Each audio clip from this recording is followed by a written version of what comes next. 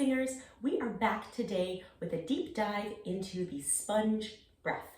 So this is my favorite way to start the conversation about breath with my private students and in my workshops. What we're looking for here is a breath that is low in the body. And if you'd like to know more about diaphragmatic breath, please be in touch. I would love to cover it in a future video, so just let me know. But what we're aiming for here is a breath that is not clavicular or high. So this is not that sort of panting breath.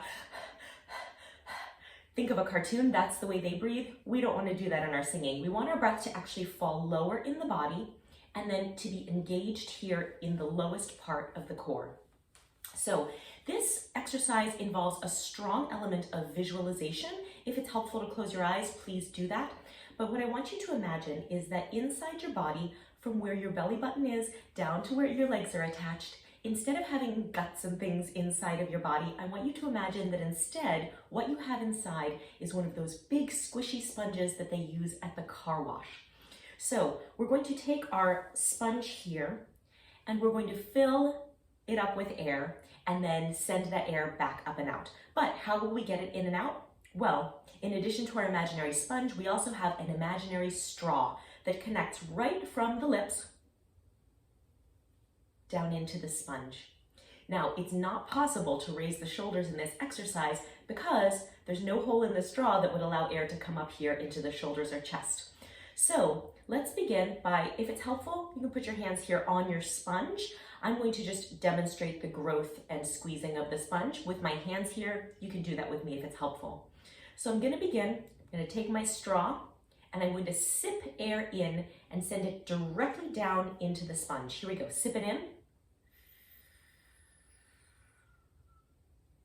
My sponge is full. I'm going to squeeze the sponge to start the exhalation and the air will come back up and out of the straw. Try that again. Sip it in and down. Squeeze your sponge up and out. All right, now something that for some of you might be challenging is if you are not used to releasing the muscles on the front of the belly wall or down, kind of even connecting into the pelvic floor, you might find this challenging. You might feel like your sponge is sort of stuck in a container.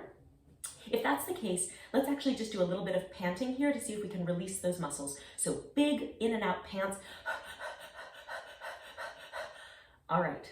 Let's see if we can get a little more release there. Nice, soft, low belly wall. And I should state here, we are not thinking about our sit-up muscles. So no worries if you don't have a six-pack. If you do, we're not even worried about those muscles right now. We're talking really about the muscles that are underneath, below the belly button.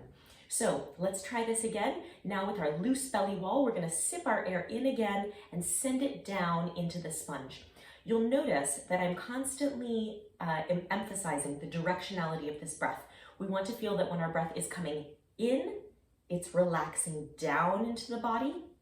And then when the breath is going out, we are engaging it up and out. So if you can imagine that you've got kind of a tank down here, a tube that's connecting to the outside world, and the air comes in and down into the tank, up and out through the tube. So let's go ahead and try this again. I'm going to do the same thing, but I'm going to stand in profile so you can see what's happening in the shape change of my body. All right, so here we are. I've got my aligned posture. If you'd like to know more about that, check out the Novel Lift video. And we're going to begin by just imagining our straw. We're going to sip air in and it's going to move directly down into our sponge. Ready? Here we go. Sip it in.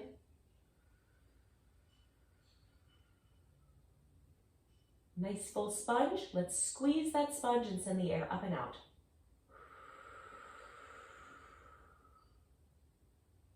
One more time. Sip it in.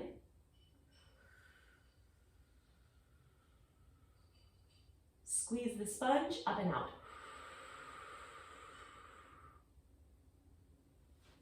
That's the basic of the sponge breath exercise. There are lots of variations on this, which I'll be happy to share with you in future videos. But for now, get started with that. It's a very gentle way to get the breath down into the body and a lovely way to sort of begin to move past high clavicular breathing. So I encourage you to try it and thank you for practicing.